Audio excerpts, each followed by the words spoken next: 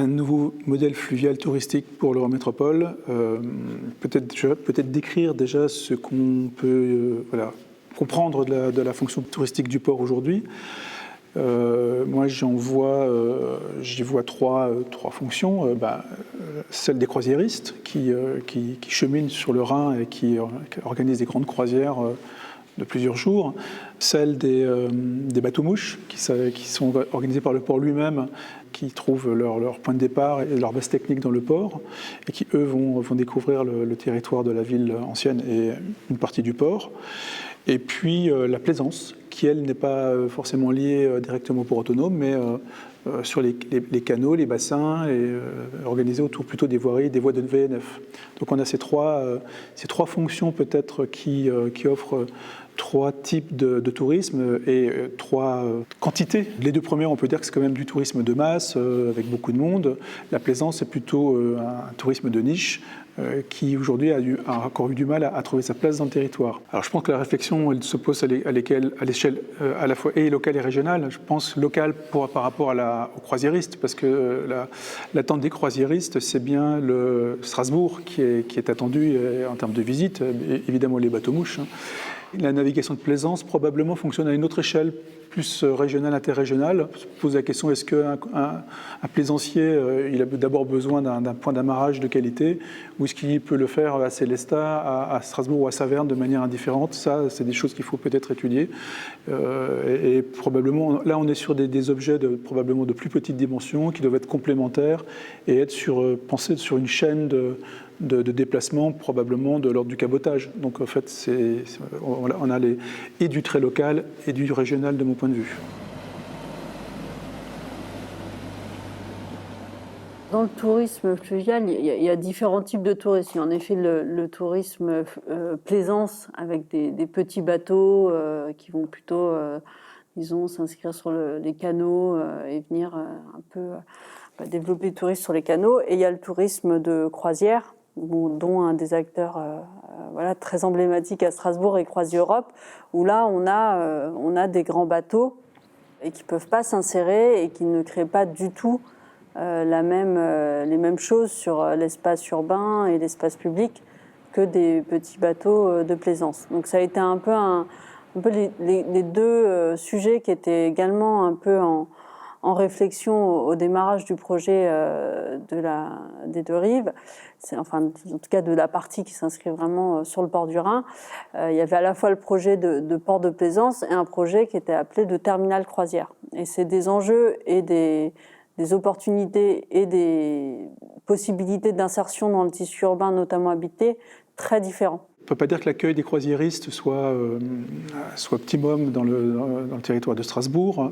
Il y a probablement à imaginer peut-être un lieu, une porte touristique fluviale majeure dans la ville qui, bien évidemment, va se trouver au sein du port, à proximité des grands bassins. Peut-être aussi des fonctions qui peuvent venir accueillir ces croisiéristes. La difficulté, c'est que la croisière, c'est un hôtel flottant. Donc, en fait, d'une certaine manière, complètement autonome, elle a d'une certaine manière qui n'a pas besoin finalement de trouver des fonctions urbaines sur place, puisqu'il les assume lui-même. Après, le terminal croisière, c'est quelque chose qui est aussi très important pour Strasbourg. C'est une activité économique, touristique, c'est des gens qui découvrent Strasbourg, donc tant mieux. Mais c'est vraiment sur l'insertion urbaine vraiment d'autres problématiques, parce que c'est un tourisme souvent de personnes âgées, donc qui sont pas très mobiles. C'est un bateau, c'est plusieurs quarts, parce qu'après c'est des programmes de croisière où les gens partent souvent en excursion à l'échelle un peu de toute l'Alsace. Donc ça veut dire aussi un trafic, des cars qui stationnent, c'est des logistiques assez importantes. Parce que voilà, il y a plusieurs centaines de personnes sur un bateau, donc c'est aussi les nourrir, apporter, gérer tout ce qui est... c'est comme un hôtel, un grand hôtel flottant. Et on a vu là que c'était beaucoup plus compliqué à insérer dans des sites urbains contraints. Comme par exemple, c'était le cas, au début c'était envisagé sur le quartier Citadelle, qui est un quartier assez resserré, en presqu'île, qui nous orientait assez spontanément vers un quartier très apaisé, un peu sans voiture, parce qu'on avait cette configuration en presqu'île qui limitait naturellement la circulation automobile. Donc c'était intéressant de se dire, on va proposer aux habitants de vivre dans un quartier apaisé. On ne pouvait pas en même temps amener plusieurs dizaines de cars qui allaient un peu circuler dans tout le quartier parce que les exigences un peu en circulation allaient faire qu'ils allaient devoir tout remonter, redescendre, etc. Après, je pense que ce qui était intéressant dans ce que nous avait dit le port, c'est qu'ils avaient testé auprès des croisiéristes le fait de faire stationner des bateaux de croisière aussi vraiment au cœur de la zone en fait industrialo-portuaire, donc sur le bassin du commerce avec la vue sur la capitainerie et sur ce balai des containers, et qu'en fait ils avaient des retours plutôt favorables des croisiéristes. La question c'était, est-ce que ça dérange la clientèle d'être au milieu d'une zone industrielle avec un terminal conteneur à côté qui fonctionne jusqu'à minuit, des camions, des trains qui circulent? Au contraire, ils sont ravis. Ils sont ravis. Donc ça leur plaît. Ça fait fluvial, quoi. Ça fait portuaire. Bon, ok, très bien. Mais il faut qu'on leur offre aussi la possibilité de faire la location de vélos, tout un tas d'éléments comme ça qui aujourd'hui manquent et que je pense qu'on est capable de l'offrir, alors que ce soit des histoires d'infrastructure ou, par exemple, via Batorama, on peut probablement offrir des éléments pour améliorer l'accès au centre-ville. Donc, je pense que Strasbourg veut essayer de favoriser un tourisme, peut-être moins tourisme de masse, mais tourisme peut-être un peu plus qualitatif, si j'ose dire. Oui, tourisme qualitatif, on peut aider à faire un tourisme qualitatif par rapport à ces éléments. Et c'est un enjeu qui, pour le port, nous intéresse, d'abord parce que c'est une source de revenus importante, pas négligeable, on va dire, et d'autre part parce que ça peut nous permettre aussi, pour Batorama, d'optimiser l'utilisation de ces moyens. Donc on a vraiment là un enjeu double. Et ça peut intéresser la ville parce qu'on peut l'aider à résoudre un problème qui aujourd'hui est effectivement les bus qui stationnent un peu n'importe où, les cars qui stationnent un peu n'importe où, c'est pas une solution idéale. Et qu'on le veuille ou non, c'est pas des personnes qu'on fera monter dans le tramway. Quand on voit le type de public, faire monter l'Américain du Middle West de 65 ans ou 75 ans, un peu fort dans un tramway, je ne le sens pas. Si on veut avoir une stratégie touristique fluviale, il faut pouvoir travailler à différentes échelles. L'échelle de la visite urbaine, mais qui change un peu parce que la visite en bateau-mouche avec le commentaire, je pense que ça peut changer un peu. Voilà. Et donc c'est la raison pour laquelle je pense aux haltes fluviales, à la visite du port lui-même, parce que les gens aiment le tourisme industriel également et aiment voir la partie transfrontalière. Ça peut être aussi le mixage de population entre les touristes et les habitants, ce qui permet aux habitants d'accepter les touristes également. Il faut travailler sur une stratégie qui permet l'acceptabilité d'un tourisme qui ne soit pas non plus trop massif. Donc, la possibilité d'avoir une gare fluviale au sud du port, c'est possible du point de vue de l'emplacement. Ce serait particulièrement bienvenu parce que ça permet effectivement de pouvoir enchaîner à la fois vers les visites urbaines, et pas seulement de Strasbourg, mais aussi des communes, de pouvoir utiliser des canaux, des bassins pour pouvoir circuler et aller vers le centre. Mais c'est aussi, évidemment, la destination touristique qui permet d'aller vers le sud, même si on défend aussi l'attractivité du nord de l'Alsace. Et enfin, la demande, elle se situe plutôt vers le sud.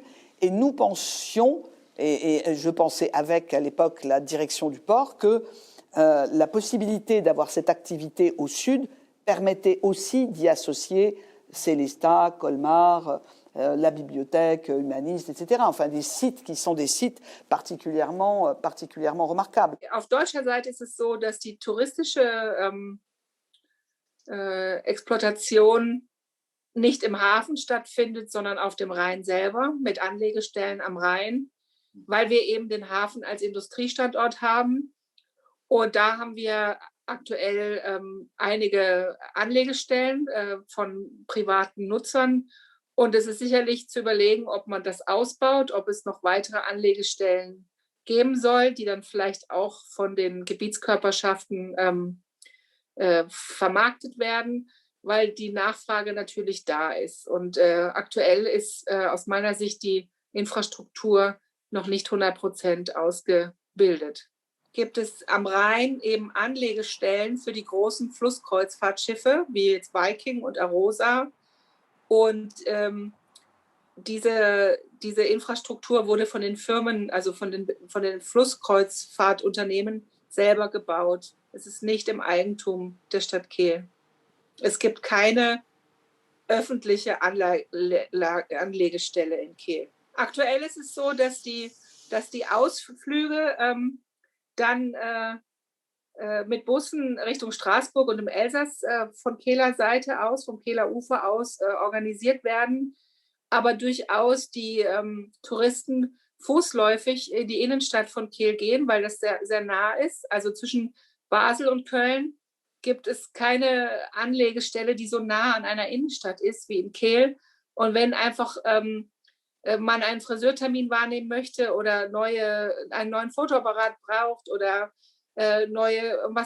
Kleider zum Anziehen noch benötigt, kurzfristig auf der Reise, dann wird es durchaus von diesen Flusskreuzfahrttouristen in Kehl erledigt. Und was halt eine wichtige Infrastruktur bei der Anlegestelle ist einerseits eben die Busparkplätze, um das zu gewährleisten, und andererseits auch zum Beispiel vielleicht ein Fahrradverleihsystem über Velop oder ähnliches, um den Menschen, den Touristen, die sich individuell bewegen wollen, auch Möglichkeiten zu geben. Sicherlich noch eine zusätzliche Anlegestelle oder mehrere, weil die aktuellen eben nur von den Firmen angefahren werden dürfen, die sie auch gebaut haben. Also das kann keine dritte Kompanie nutzen. Busparkplätze, Fahrradverleihsysteme, ja, und vielleicht auch eine gute Ausschilderung dann eben in die Innenstadt, dass man eben eine gute Wegeverbindung hat, wenn man in Kehl beispielsweise einkaufen möchte. Le port de Kehl a l'opportunité d'accueillir des bateaux. Pour moi, ça pose absolument aucun problème. De toute manière, l'apport que nous avons fait a servi le port de Kehl. Et le port de Kehl accueillant des bateaux a amené la demande chez nous aussi, en expansion. Donc là, on est typiquement dans un exemple qui montre que on joue plus, on joue pas moins, en quelque sorte. On grandit ensemble parce qu'il y en a un qui a été le premier qui a créé l'attractivité et l'autre vient en appui et apporte sa part. Donc il n'y a pas du tout de concurrence entre les sites, il y a une parfaite complémentarité et donc en fait les entreprises de croisière rhénane peuvent choisir de s'amarrer à Kehl ou de s'amarrer chez nous. Et comme il y a plus de demandes, de temps en temps à Kehl, ils sont pleins, donc ils sont contents que ça vienne chez nous parce qu'effectivement, ils traversent aussi. Et on a un tram qui va des deux côtés, donc il n'y a pas de souci. La question des croisiéristes, c'est de ne pas introduire on sait la pollution que génèrent les bateaux de croisière. Alors ça dépend lesquels, etc. Mais moi, j'ai absolument rien contre les bateaux de croisière. Sous réserve qu'ils soient aux normes environnementales qui n'accroissent pas la pollution atmosphérique. Si, entre guillemets, et si ce n'est pas des bateaux de 4000 personnes, je ne pense pas trop qu'on verra ça, mais il faudrait vraiment faire des aménagements que personne, j'espère, ne fera. Mais qu'il y ait des bateaux de croisière qui viennent, moi, ne me pose aucun problème. C'est d'ailleurs... c'est un tourisme, je pense, intéressant. On est sur des voies fluviales, pourquoi pas. Mais toujours avec des conditions qui doivent faire qu'on réduit l'empreinte pollution atmosphérique, quoi. Dans mon esprit, il y a les bateaux de croisière, qui sont de taille raisonnable. Je ne sais pas dire exactement ce que c'est qu'une taille raisonnable, mais ce n'est pas des machins qu'on regarde comme ça, comme des grands immeubles, là. Mais ça me paraît plutôt une bonne chose. Et effectivement, s'il y a un développement de l'offre culturelle localement... On a vu que les autocars pourraient être aussi une forme de nuisance. Alors cette nuisance, elle n'est pas uniquement liée qu'à la pollution, elle est liée aussi à l'empreinte des cars dans l'espace public. Or, l'espace public est rare, donc ça, c'est une vraie question. d'évidence, on a quand même intérêt à consolider cette activité, à la développer, hein, mais à condition que cette activité soit aussi compatible avec les objectifs du plan climat. Donc, il faut y être attentif. Et là aussi, le stationnement des bateaux, que ce soit à Kehl ou à Strasbourg, s'ils ont un impact sur la pollution de l'eau ou sur la pollution de l'air, que ce soit à Strasbourg ou à Kehl, l'impact est le même. Enfin, ça forcément touche l'autre partie. Donc, je pense important de pouvoir définir des règles du jeu. Et ces règles du jeu étant définies, que ce soit sur la typologie des bateaux, sur leur accueil et puis après sur le transfert des passagers, c'est assurément un atout pour Strasbourg et pour la métropole.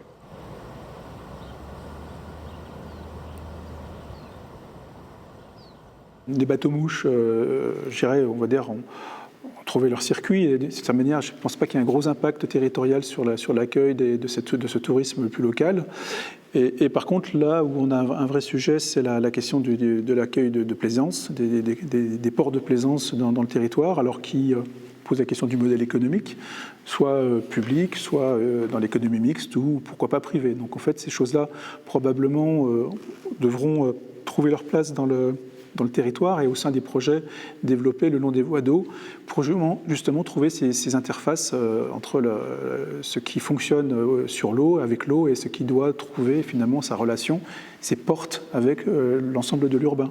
Le port peut jouer un rôle essentiel, alors justement par rapport en étant un opérateur finalement, en assurant l'interface entre les opérateurs de croisière et puis les usagers de la plaisance, en offrant des plateformes, ou en tout cas l'environnement, les services, les équipements qui permettent justement d'assurer ce bon accueil touristique au sein du territoire. En ce qui concerne les ports de plaisance, déjà rappeler que quand même, sur le port de Strasbourg, il existe 6 ports de plaisance. Donc on a en gros 300 places d'accueil qui existent sur Strasbourg. Alors le problème qu'on a, c'est un peu toujours le pendant des ports de plaisance, c'est qu'en fait ces places sont occupées par des personnes qui sont à l'année. C'est souvent le cas des ports de plaisance. Hein.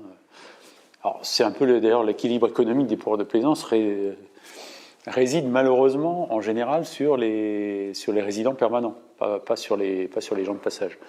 Alors, cela dit, effectivement, ça fait un certain temps qu'on a constaté avec la ville et la métropole que Strasbourg est au carrefour du Rhin, du canal de la Marne-au-Rhin et du canal du Rhône-au-Rhin, qu'il y a un grand potentiel sur Strasbourg. On est à proximité, on est à une journée et demie de navigation, 2 jours, on va dire, d'un pôle qui est un pôle national, qui est le pôle de la traversée des Vosges avec le plan incliné, les tunnels et Saverne. Donc c'est un peu dommage que Strasbourg ne profite pas de la plaisance de location, si j'ose dire, plutôt que la plaisance de propriétaire, qui est un peu la plaisance qui est installée à Strasbourg. Je crois que là-dessus, on a à relancer probablement avec la ville, parce que la ville est un des acteurs, et puis VNF, puisque on va forcément être sur nos différents domaines. Vraiment, la réflexion dans le cadre des plans fluviaux, par exemple, sur à quels endroits il est intéressant d'accueillir effectivement ces personnes qui sont des touristes à haut niveau de contribution. Hein. C'est quand même des touristes qui consomment. Donc, c'est pas inintéressant de les accueillir. Et c'est un peu dommage qu'on les accueille pas.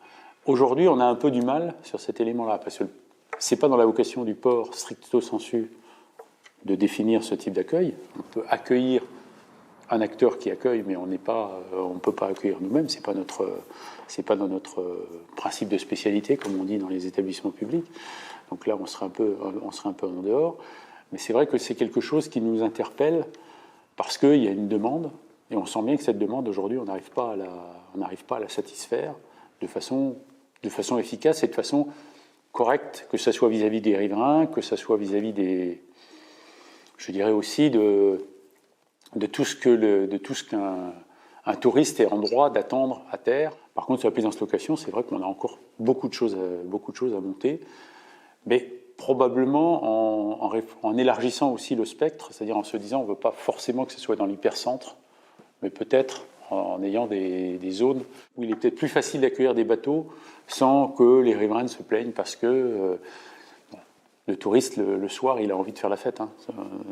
Les bateaux, c'est pas forcément des choses calmes, si j'ose dire, complètement le soir, quand ils font la fête, en ayant profité de nos bons vins alsaciens, on va dire. Un port de plaisance, là, on voit aujourd'hui que les enjeux, ils sont plus de l'ordre de l'investissement public nécessaire à la création d'un tel équipement, parce qu'aujourd'hui, ça coûte plusieurs millions d'euros. Aussi de l'équilibre économique à trouver sur le fonctionnement d'une telle activité, parce on voit aussi qu'aujourd'hui, il n'y a pas non plus d'équilibre économique à l'exploitation, donc ça exigera à la fois un investissement public important et en plus de compenser un déficit d'exploitation, et aussi de configuration de site, parce qu'aujourd'hui, le site qui avait été initialement envisagé, qui est autour du bassin et du parc de la Citadelle, est en fait trop étroit pour arriver à un nombre d'anneaux suffisant, pour arriver à un équilibre d'exploitation pas trop favorable. Donc ça, on n'arrive pas un peu à cet équilibre-là, mais en tout cas, on sait que ça pourrait être en effet une activité qui s'allierait bien avec un lieu qui profite aussi à tous les Strasbourgeois ou habitants de la métropole, pas juste au tourisme plaisancier, qui devienne aussi un lieu où je vais boire un café, où je vais faire un peu de canoë-kayak ou une autre activité, ou peut-être demain ou après-demain,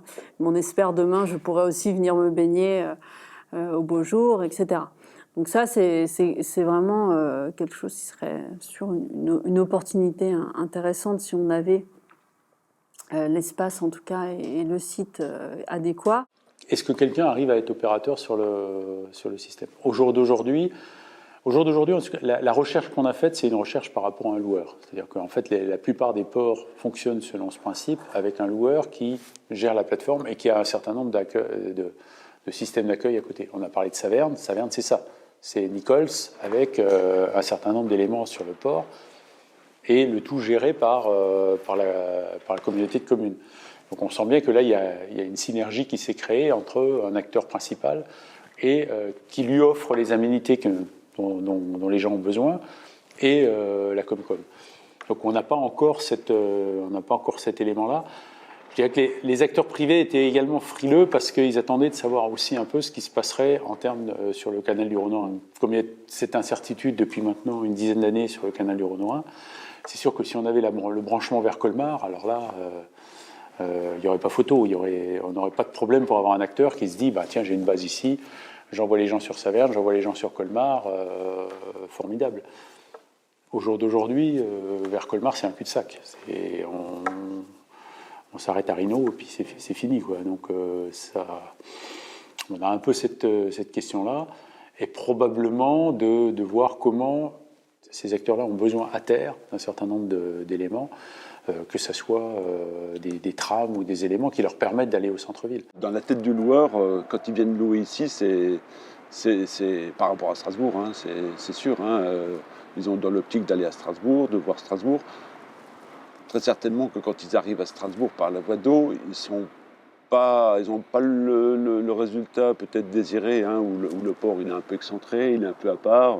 Je pense que la ville de Strasbourg n'a peut-être pas pris en considération, la même considération que nous, tout moyen gardé, que nous à Saverne, où là on est aussi en centre-ville et on met un petit peu tout autour pas tout autour du canal, mais on mise beaucoup sur cette voie d'eau. À Strasbourg, on sait que les gens ils y vont parce qu'il faut y aller, il faut avoir vu Strasbourg, il faut aller jusque là-bas. Et je pense qu'entre les deux, c'est ça aussi ce qui est un peu difficile. Vous allez vers Strasbourg, vous êtes un peu sur du plat, vous n'avez pas trop d'animation, au même titre que la voie ferrée. Quand on prend la voie ferrée, on explique aussi à nos touristes, nous, qu'ils peuvent venir à Saverne, quand il y avait le marché de Noël par exemple, prendre le train pour aller à Strasbourg.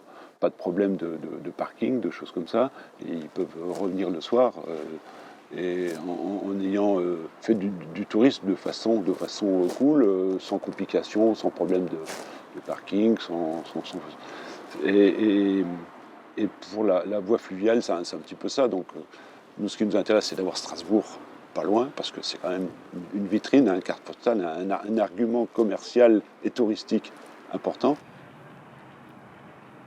Le canal, pour nous, c'est pas seulement un lieu de vie, c'est un lien vital. Un lien vital qui est sur l'eau, qui va d'un point à un autre, d'une ville à une autre, d'une écluse à une autre. Et on a besoin, pour que ça fonctionne bien, de l'ensemble de ce cheminement. Il va de Strasbourg à Sarreguemines, il passe par l'Allemagne, on peut aller à Paris avec.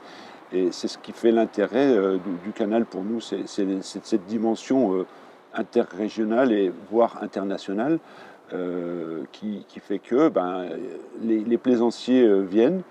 Avant, c'était les navires de transport, maintenant ce sont les plaisanciers qui viennent et qui voyagent et qui profitent de cet équipement qui a été creusé pour un tout autre emploi, mais que les gens arrivent à s'approprier de façon assez remarquable, parce que nous arrivons à accueillir à peu près 12 000 personnes par an sur Saverne, grâce aux bateaux de plaisance, bateaux de location, propriétaires bateliers, etc., qui ramènent et qui traversent, qui s'arrêtent, qui viennent consommer sur place aussi. Il y a une grosse dimension économique. C'est pas seulement la place de parking bateau qui est louée, c'est également la consommation sur le centre-ville aussi. On sait qu'un plaisancier dépense à peu près 35 € par jour. Entre Strasbourg et ici, il n'y a pas trop moyen de dépenser. Entre ici et la suite, il n'y a pas trop moyen. Donc il y a une vraie dimension économique aussi au développement du tourisme autour du canal. Je pense qu'effectivement, il y a une dimension là qui n'a pas encore été utilisée. C'est-à-dire qu'il existe un port à Saverne, il en existe un petit à Souffelweyersheim, et puis après ça s'arrête. Il faut continuer ça et amener le port jusqu'aux portes de Strasbourg, c'est-à-dire, idéalement, jusqu'à Schiltigheim, au bout des rives de l'Aar et tout près du Maillon, parce qu'on est tout près, il y a une confluence là. Il est d'ailleurs même question d'y faire une passerelle. Je suis un petit peu prudente dans cette histoire de passerelle parce que c'est encore une fois un lien pas routier, mais un lien terrestre. L'idée, c'est peut-être davantage d'utiliser l'eau pour, bien sûr s'y promener, mais aussi se connecter évidemment à Strasbourg et créer un petit port de plaisance aux portes de Strasbourg. D'autres petits ports qui accueillent Saint-Pied-Niche, on s'était dit que peut-être qu'on pourrait en faire un port, petit port fluvial pour des pénichettes qui circulent sur le canal. On voit que ça existe du côté de Saverne, du côté de nord de l'Alsace. Il se trouve qu'en rentrant et en arrivant jusqu'aux rives de l'Aar et au bout du canal de la Marne-au-Rhin, on est aux portes de Strasbourg. Et il y a peut-être là un vrai destin touristique. C'est sûr que rapprocher le port de plaisance de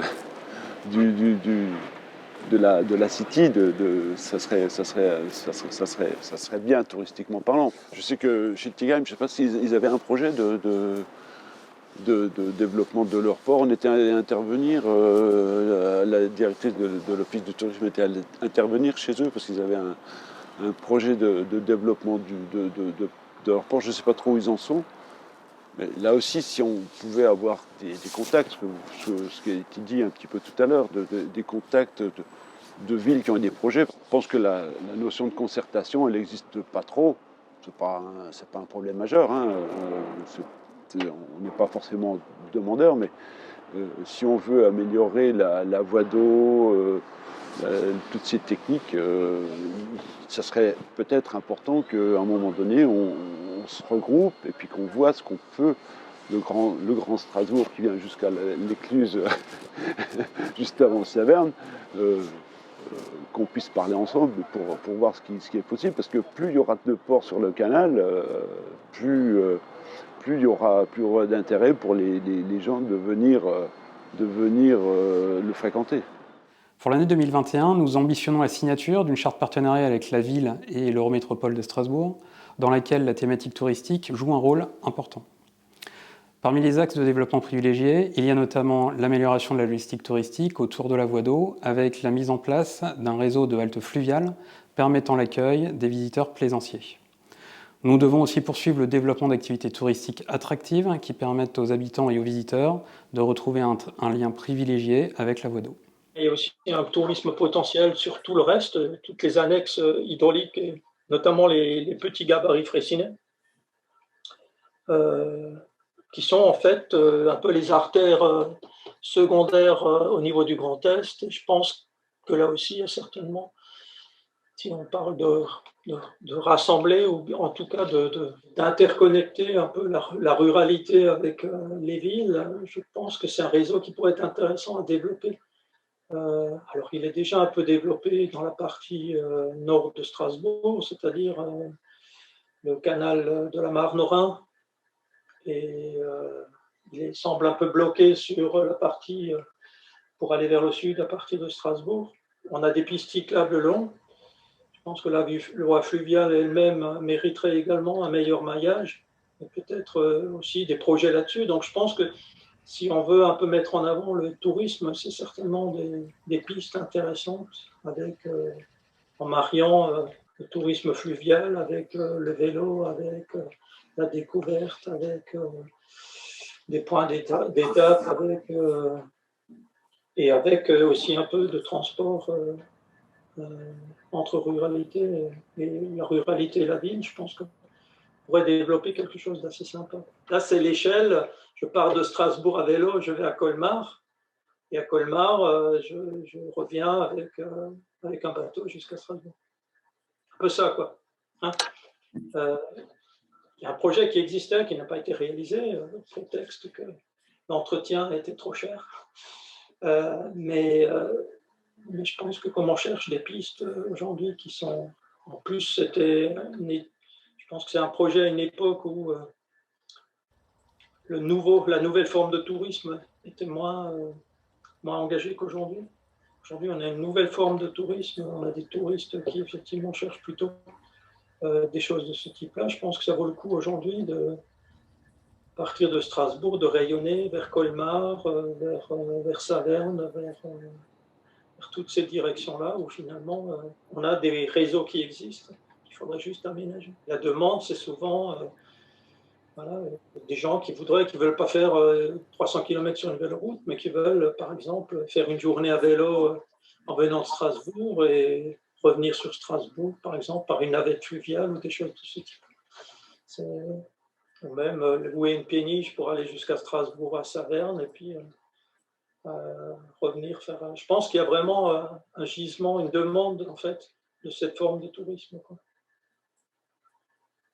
Donc ça permettrait en même temps de valoriser le patrimoine, ça permettrait de relier un peu tous ces villages qui sont traversés ou côtoyés par les voies fluviales, de les raccrocher un peu plus à la ville aussi. Donc c'est toujours intéressant.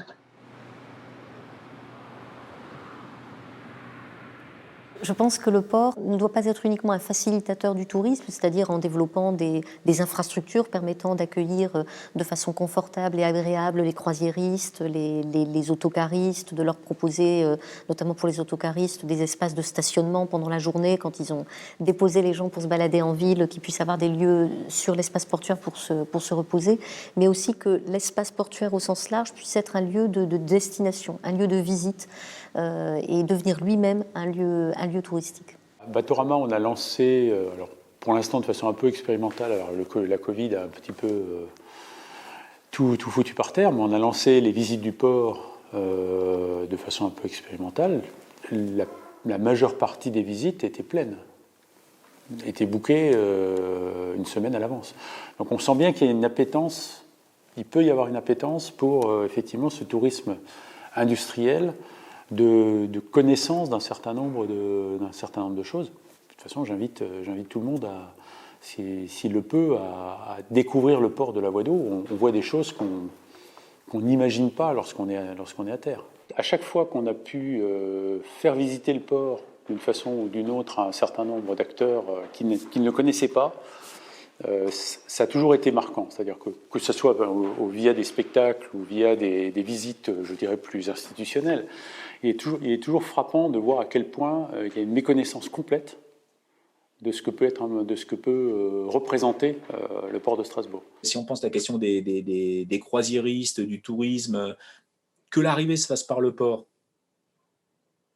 et que les équipements soient adaptés pour accueillir au mieux, bah ça, forcément, ça va aider. Mais ça va aider quoi? Le tourisme à Strasbourg, pas le tourisme dans le port. Le Havre a exactement le même sujet. Les gens arrivent au cœur du port du Havre et boum, ils vont dans le Havre.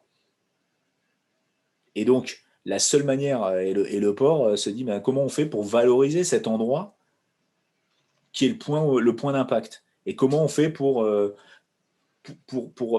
en profiter, y compris en termes de panier, hein. Pendant 10 ans, l'Ozosphère s'est développée sur le quartier de la laiterie, en mettant les artistes au cœur de la ville parce que des nuits électroniques avec de la musique, mais dès le départ, une exposition d'intervention d'artistes plutôt plasticiens qui prenaient les lieux à partie qui venaient les habiter avec de la projection, avec des premières installations plastiques liées au numérique. Les premiers projets qu'on a fait sur le port du Rhin en allant vers le port du Rhin, c'est 2007-2008. D'abord en faisant des installations qui parlaient du paysage du port dans le cadre de l'Ozosphère, en envoyant des artistes dans les paysages du port pour faire des installations qu'on amenait dans notre exposition. Et puis, avec une première chose qui a été de faire des croisières sonores que nous appelons éco-flottants, et qui consiste à demander à des artistes de faire une création itinérante le long de la trame bleue de Strasbourg. Et puis, troisième étape, arriver sur le territoire du nord du port, avec les projets à la COP à partir de 2011 finalement, 2012. La première édition, c'est décembre 2012. Avec cette idée que c'est à cet endroit-là que le port a la figure du port. C'est-à-dire que c'est un immense territoire, mais c'est là où on peut comprendre qu'on a un port à Strasbourg. C'est là où on peut se l'approprier en tant qu'individu, strasbourgeois, visiteur, la capitainerie, les silos des malteries, la COP, le terminal conteneur, les grands moulins. Enfin voilà, le paysage est sublime. C'est l'histoire de tout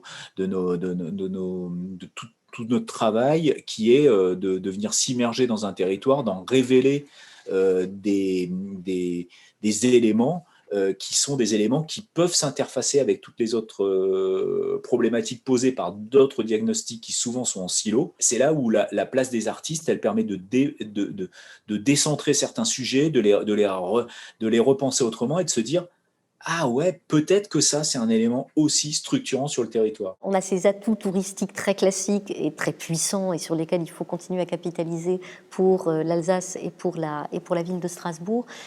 Mais quand on est venu à Strasbourg pour le centre-ville, on ne fait pas forcément l'incursion vers le port, on n'a pas forcément l'idée d'aller se promener au port, si ce n'est en empruntant bien sûr la navette Batorama qui va se trouver au pied du centre-ville. Donc on a, je pense vraiment des choses à construire en lien avec le nouveau quartier des Deux Rives qui est en train de se créer pour que ce quartier accueille des endroits qui soient des lieux agréables de promenade le long des berges, de promenade le long de l'eau, des cafés, des restaurants qui soient au bord de l'eau, comme un certain nombre de villes ont su le développer au cours des dernières années, et qu'on puisse avoir une autre façon de vivre un moment agréable à Strasbourg, qu'on soit un touriste de longue distance ou qu'on soit quelqu'un venu en proximité, passer une journée à Strasbourg, faire un peu de shopping, se promener, ou qu'on soit un Strasbourgeois ayant envie de profiter de sa ville. Je crois qu'on a des vrais atouts à développer sur le port et qui peuvent aussi contribuer à développer le lien entre les Strasbourgeois et leur espace portuaire. Les touristes qui viennent à Strasbourg savent ce qu'ils vont trouver. Des colombages, une cathédrale, des cigognes.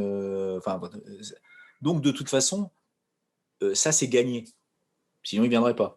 Il y a toute une partie, on le sait, de tourisme qui a envie de choses un peu inouïes, de choses un peu différentes, d'une approche plus complexe. Donc, la question, c'est que si ce joyau, à ce niveau-là, qu'est le port, est recouvert par une dimension, comment dirais-je, stéréotypée, bon, on le perd, quoi. On le perd. Et c'était un peu pour moi, il y avait en plus, c'est étrange parce que ça pourrait se jouer sur un périmètre finalement assez restreint à préserver c'est l'endroit où ça fait la figure du port, quoi. il faut en faire un projet, quoi, vraiment un projet. Là, je ne vois pas un projet. Peut-être que, encore une fois, je suis beaucoup trop naïf à penser qu'on peut faire un projet à cette échelle-là. Peut-être que c'est trop grand et que du coup, ça a obligé à rentrer dans une mécanique économique qui fait que la dimension projet est sortie du... Et c'est une des problématiques strasbourgeoises, c'est qu'à chaque fois, on redensifie sur le centre-ville. Mais là, il n'y a même pas eu ça, quoi. Il y a même pas, dès le départ, il n'y a pas le moindre logique de centralité, de se dire qu'est-ce qu'on peut proposer. C'est ça, un peu le défi sur ce port, et pas seulement un quartier utile pour l'économie. Et en faisant un quartier à vivre, il y a la dimension touristique qui vient tout naturellement, parce que si on réhabilite les anciens bâtiments, si on rappelle leur identité, si on rappelle les activités économiques telles qu'elles ont eu lieu, même si aujourd'hui elles n'existent plus de la même manière, on peut en faire ce que moi j'appelle du tourisme industriel. Et ça, c'est extrêmement intéressant. C'est un peu ce qui rapproche l'identité du port autonome de l'identité chilicoise, à savoir, c'est une espèce de grande friche. Et nous avons aussi des grandes friches à Schiltigheim que nous faisons muter, que nous travaillons pour une destination future. L'objectif pour moi, en charge aussi de la planification urbaine à l'Eurométropole, c'est de redonner vie à ces quartiers. Et quand on redonne vie, il faut décliner toutes les dimensions. La dimension économique, la dimension historique et patrimoniale, la dimension environnementale avec l'apport de poumons, de végétation. Donc, il faut peut-être déminéraliser une partie de ce quartier et lui redonner des plantations, lui donner des plantations et l'ouvrir, créer une perméabilité pour qu'on ait envie d'y aller. Parce qu'aujourd'hui, le port autonome, c'est un petit peu une unité fermée, pas suffisamment connectée et ouverte aux eurométropolitains. Il n'y a pas d'approche culturelle pérenne de la réalité portuaire, mais aussi de la réalité hydrographique du territoire. Donc c'est un sujet qui n'a pas sa place suffisante au niveau de l'agglomération et suffisamment visible. On pourrait avoir des moyens pour raconter les évolutions du port, du Rhin, de l'île, des entreprises, les bateliers, les voies d'eau, la faune piscicole, les pollutions, les écluses, le Rhin, l'électricité, etc. Il y a plein de choses à raconter sur ces éléments-là. Et en fait, ça se raconte dans des endroits un peu de manière éclatée, et du coup, on a du mal à rassembler tout ça et avoir le récit sur ce port. Donc moi, je proposerais bien des visites guidées, par exemple, ou des croisières courtes de plaisance, ou des croisières d'une durée inférieure à la journée pour que ça puisse intéresser les Strasbourgeois. Mais il me semble que les Strasbourgeois seraient curieux de découvrir leur port. Un autre moyen possible, éventuellement, serait de raccrocher les réserves naturelles au port. On note notamment qu'on a toute une bande de portuaires entre la réserve naturelle du Rorschollen et la réserve naturelle de Neuhof. Or, le passage entre les deux n'est pas du tout simple, évident. Moi, j'ai essayé de le faire, ça a été la catastrophe. Je pense qu'on pourrait, là, profiter de ces deux attractions que sont la nature dans la forêt pour créer quelque chose qui soit accessible facilement aux habitants, d'autant plus que les sorties des gens, c'est le week-end, par exemple, et que le port, le week-end, il est moins dangereux qu'en semaine. Voilà. Il y a des possibilités à trouver. Peut-être faire visiter aussi certains sites du port thématiques, tout ce qui est gestion des déchets, les usines d'incinération, le compostage, etc. C'est des choses importantes. C'est souvent des zones aussi qui sont propices à des activités qui peuvent être, entre guillemets, créatrices de nuisances, mais culturelles. Je pensais par exemple au festival aux Osphères qui se tenait là, et puis, ma foi, qui faisait un peu de bruit. Donc, je dirais, on est de ce point de vue-là une zone que ça ne dérange pas. Les industriels, si la nuit, il y a un petit peu de bruit, ma foi, ils vivent avec. C'est pas un souci. Donc, c'est une zone qui peut être aussi propice à ce type d'activité. Ça fait un petit peu partie des plus, la connaissance entre les riverains, l'industrie, le fait de découvrir des activités. Man muss schon gucken, wie man, wenn man jetzt Bereiche macht, die einen Mehrwert bieten für Stadtbewohner, die kulturelle Nutzung hat oder Flanierecken, dann muss es schon so strategisch angegangen werden, dass praktisch die Bereiche, die eher die industrielle Nutzung haben, davon abgekuppelt sind. weil sich das schon ein Stück weit ausschließt gegenseitig. Obgleich das ja von dem Ambiente her sehr interessant sein kann, wenn man eben diesen sogenannten Industriescharme hat und in solchen Bereichen dann gastronomische Nutzung oder eine Theateraustellung, eine Ausstellung Theater in einer ehemaligen Industriehalle ist ja attraktiv, sage ich mal, für den modernen, urbanen Bürger, aber ist eben im Zweifelsfall auch nicht störungsfrei zu sehen. Und insofern muss man das gut planen und sauber hier die verschiedenen Bedürfnisse gegeneinander abwägen. Il se trouve que, comme on est dans un monde chahuté par la crise sanitaire, on revoit nos modèles touristiques, de fait, et on est amené à faire du tourisme près de chez soi. Voilà. Donc, quelque part, redécouvrir le plaisir du tourisme dans l'Eurométropole, c'est un de nos premiers objectifs. Alors, récemment, avec la nomination de Michel Canen-Guizer, maire de Lavonne-Sonnau, à la tête de l'Office de tourisme de l'Eurométropole, qui a trop longtemps été pour moi un office de tourisme strasbourgeois et qui est resté un peu campé, j'allais dire, sur les clichés, voilà, cathédrale, choucroute, cigogne, voilà, sur les clichés alsaciens typiques, traditionnels, tels qu'on les connaît. Aujourd'hui, j'aimerais que chaque commune de l'Eurométropole, et je l'ai dit à Michel Canen-Guizer, que chaque commune de l'Eurométropole puisse décliner son identité et la faire connaître aux autres communes. C'est-à-dire que c'est ça, faire métropole, c'est ça, faire territoire. C'est pas seulement dans l'activité économique, c'est également dans l'activité touristique. Chaque commune a une fête, a un monument, a quelque chose à montrer, a une histoire aussi à raconter. Et l'idée, c'est de créer un récit métropolitain. Et concernant Schiltigheim, ce récit est tout trouvé avec notre histoire industrielle qui nous a laissé des joyaux patrimoniaux. Et ces joyaux patrimoniaux ont été possibles aussi parce que le fluvial a joué son rôle. Hein. J'en reviens toujours à Fruinsol, c'est au tonnelier et puis toutes ces bières qui ont été acheminées aussi par voie fluviale. Actuellement, c'est sûr qu'on vit une période un peu particulière. On vise au niveau du tourisme, le tourisme en bas de chez soi, hein, c'est un peu le leitmotiv local. On sait que pour l'instant, les étrangers vont déjà avoir du mal à bouger. On espère cet été qu'ils reviendront, malgré le fait que l'année dernière, on n'ait pas eu les visiteurs habituels qu'on avait avec Croisière Europe et tous les péniches hôtels qui viennent, puisqu'on a une grosse fréquentation de péniches hôtels à Saverne, qui était fréquentée surtout par des anglo-saxons. Ceux-là, on ne les a pas eus, mais malgré tout, on a, sur les mois de juillet, août, au moment où le port était en pleine activité, dépassé les chiffres d'affaires de l'année précédente. Ce qui est bien, c'est que les gens qui viennent, les touristes qui viennent ici, ils découvrent quand même toujours quelque chose. Ils découvrent le port à chaque fois qu'ils viennent. C'est un peu surprenant. Et l'ambiance qu'il y a sur le port de Plaisance, quand il est en activité, hein, bien sûr, l'ambiance qui est sur le port de Plaisance est quelque chose qui les transporte ailleurs. C'est les vacances en bas de chez soi. C'est vraiment les vacances en bas de chez soi.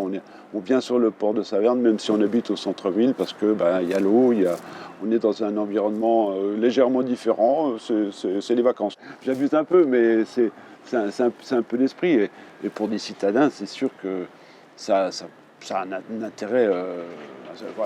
On voit à Strasbourg, les quais, quand il fait beau, vous voyez, c'est noir de monde. Ils sont au bord de l'eau, c'est tout. Et je pense qu'ils habitent à 3 mètres derrière, au bord du quai, mais ça fait rien, ils vont au bord de l'eau. Parce que c'est magique, l'eau.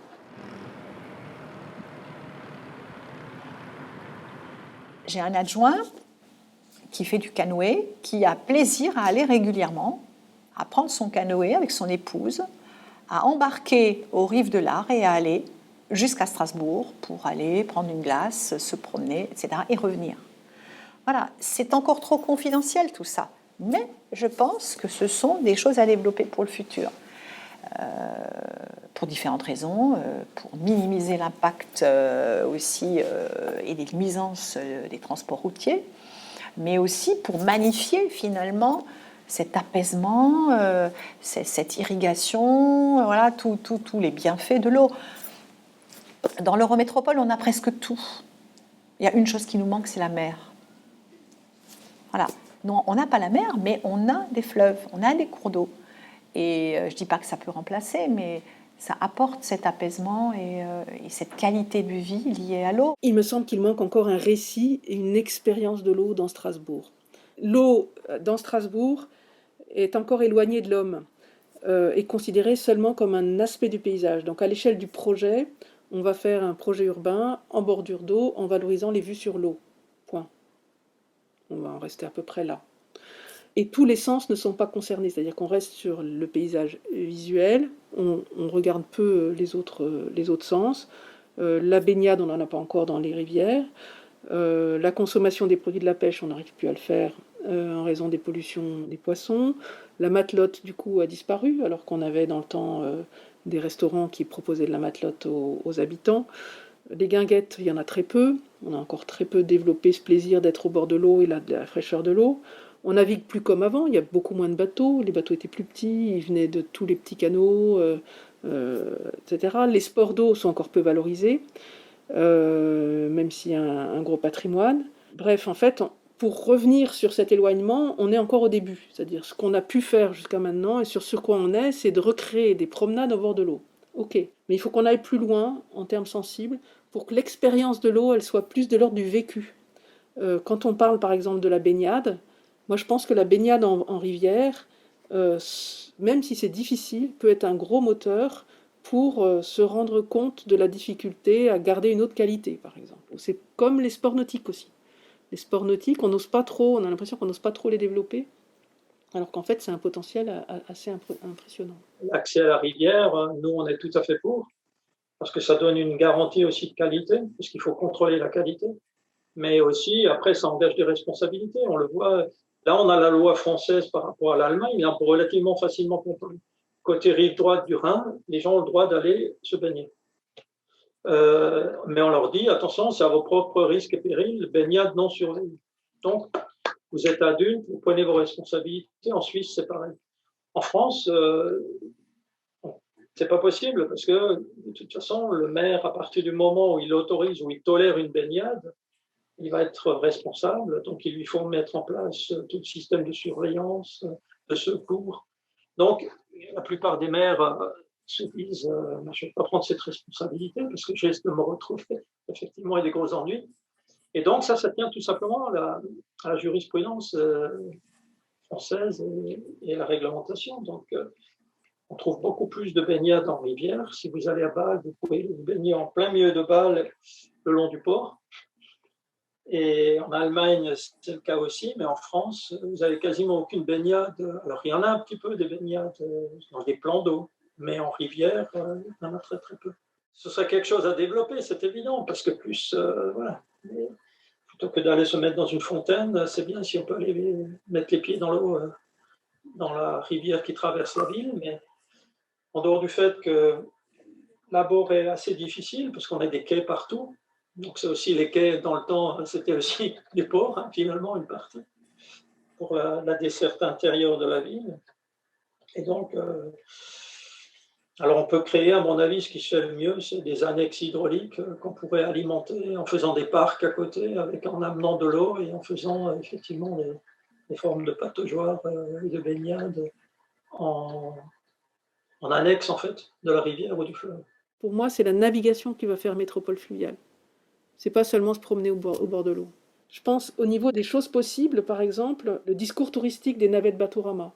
Aujourd'hui, il est pas très intéressant. Il est très historique et il apporte pas grand-chose sur l'hydrographie, sur la nature en ville, sur les enjeux de l'eau dans la ville, etc. Donc là, il y a des choses qu'on pourrait travailler. On peut travailler des nouveaux parcours aussi, qui intégreraient le Rhin, le barrage, les écluses, peut-être des bassins portuaires.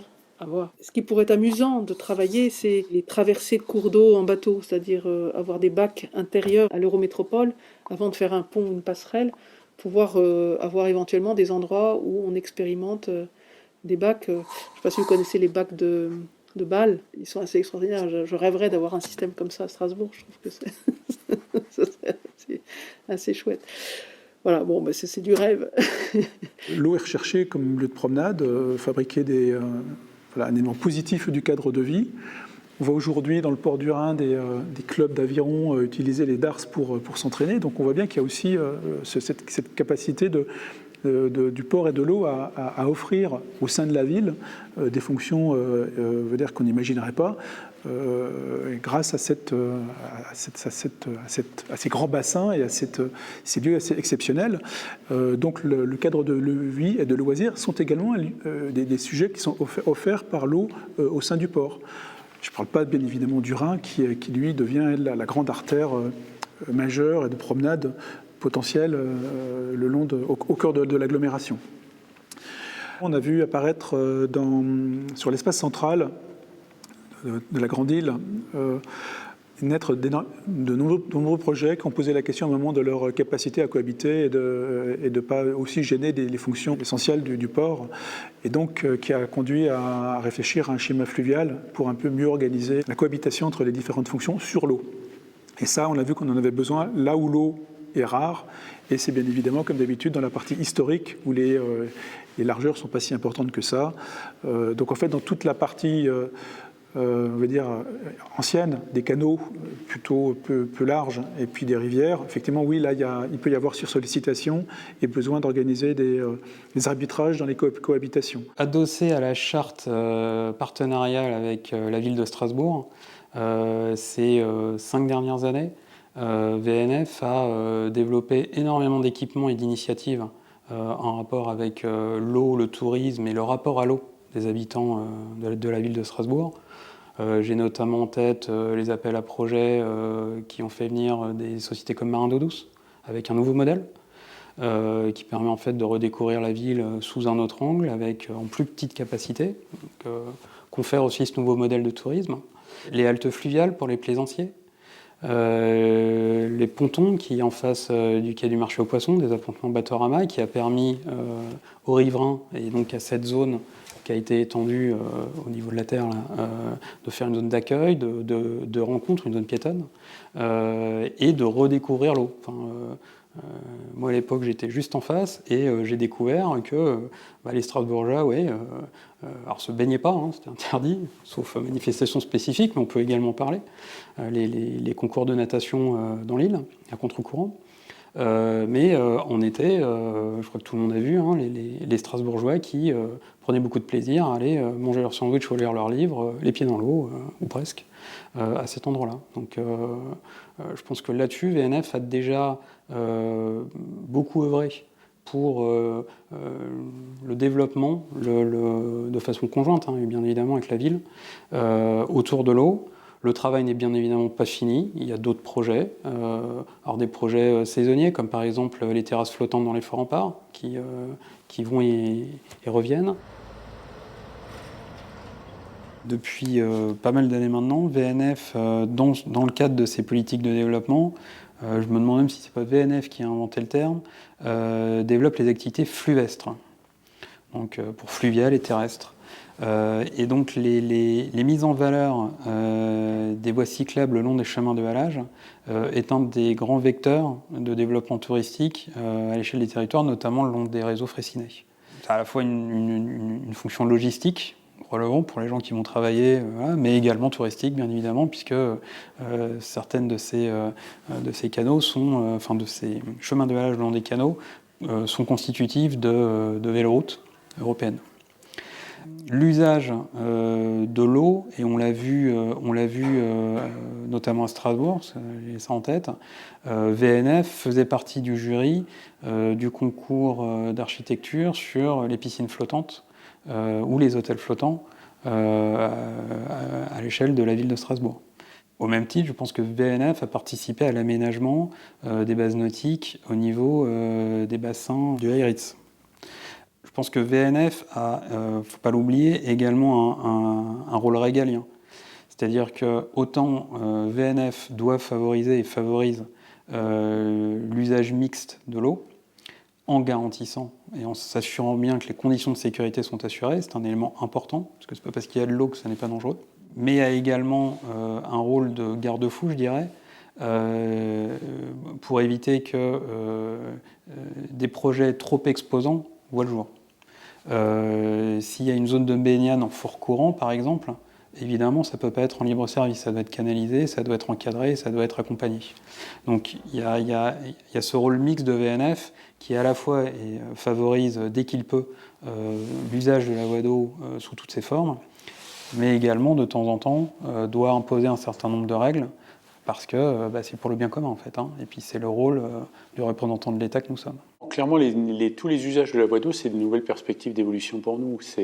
D'ailleurs, Batorama a acquis, il n'y a pas longtemps, un bateau électrique de 12 places pour justement arriver à rentrer dans cette mouvance.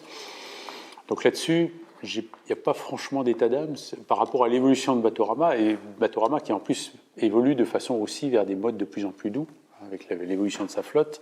Le seul point de vigilance qu'on peut avoir, c'est il y a toujours un point de vigilance à avoir sur le fait que sur Strasbourg, l'île n'est pas très large. L'île est étroite et on a qui circulent là-dessus des bateaux qui... On a un ratio entre un bateau de 135 mètres ou de 110 mètres qui va circuler sur nos bassins et les petits bateaux électriques.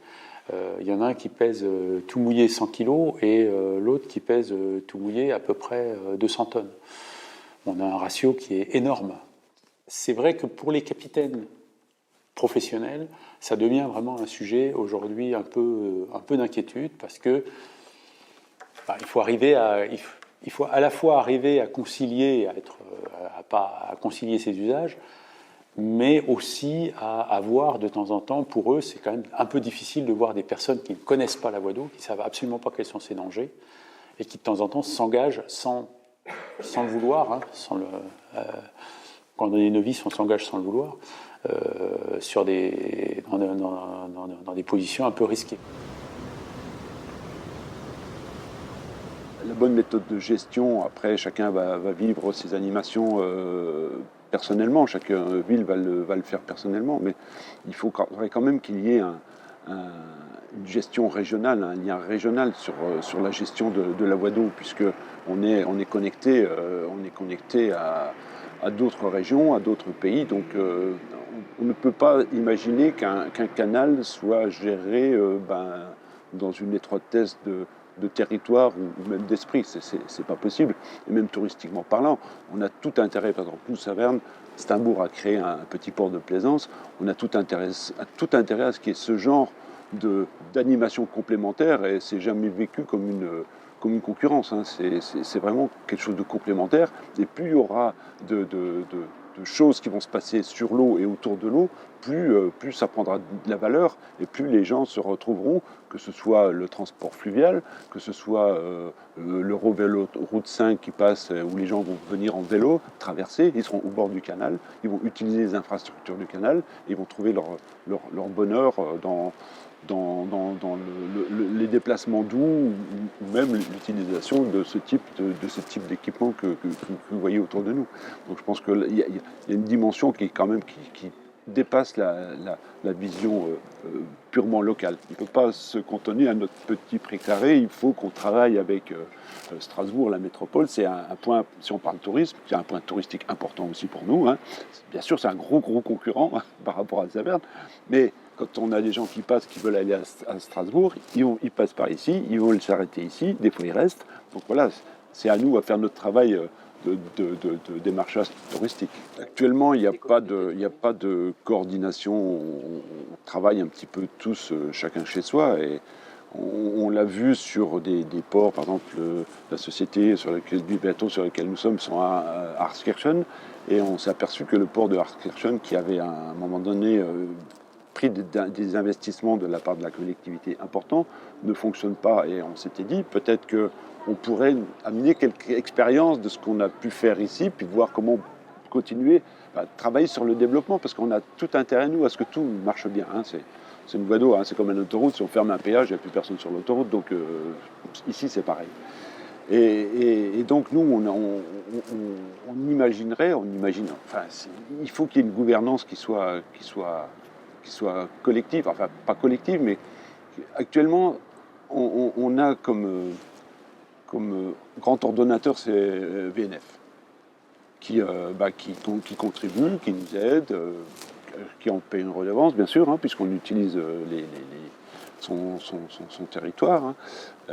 En dehors de ça, il y a des initiatives privées ou associatives qui existent. Hein. Il y a Terre d'eau sur Sarreguemines, il y a une association aussi qui s'occupe des usagers de la voie d'eau, mais il n'y a pas de réel moyens construits, gérés, qui permettent un développement de la voie d'eau, à mon sens. On essaye d'avoir des collaborations. On est en train aussi de créer sur Saverne un cluster d'entreprises qui sont toutes axées autour de la voie d'eau, hein, entre des gens qui font des moteurs électriques, des gens pour équiper des bateaux, hein, des gens qui posent des bornes. Enfin, il y a une quinzaine d'entreprises et il n'y a pas d'envie économique. Il y a surtout une envie de rassembler des techniques au bord de l'eau.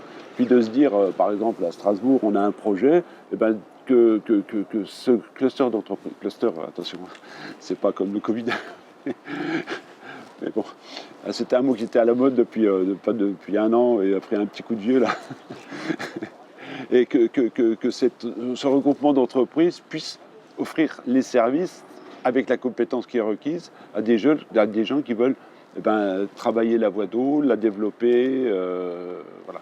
C'est pour ça que je veux dire, on a une réelle envie, nous, d'apprendre des autres et puis de montrer ce qu'on a pu faire, hein, à notre échelle. Hein, bien sûr, on est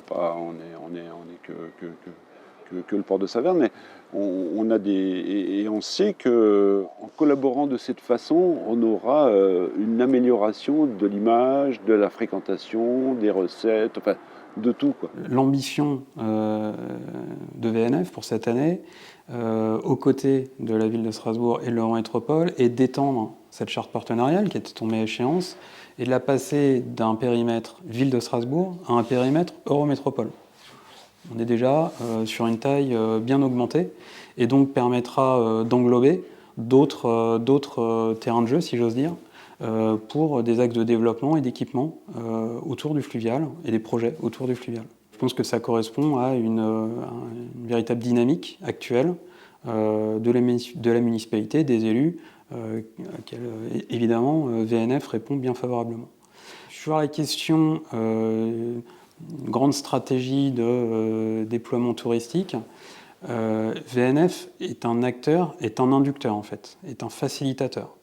VNF n'est pas dans les grandes stratégies touristiques qui appartiennent aux offices du tourisme, aux villes, aux départements, aux régions. VNF vient appuyer ces actions, vient les décliner au niveau du fleuve, au niveau des canaux, vient apporter son expertise, vient apporter son savoir-faire pour les rendre réels. Mais VNF, bien évidemment, participe à un certain nombre de discussions et participe à la création de ces grandes stratégies systémiques et à l'échelle des territoires, mais VNF reste à sa place et reste dans son rôle de facilitateur. Est-ce que VNF favorise le passage d'un modèle de tourisme réputé de masse vers un tourisme plus clusterisé, plus confidentiel, voilà. On appuie l'ensemble des démarches. Voilà. Il n'y a pas de choix de VNF dans une typologie de tourisme. Ça ne fait pas partie de notre stratégie à l'heure actuelle. Par contre, ce qui fait partie de notre stratégie, c'est le portage de valeurs éco-responsables dans le tourisme.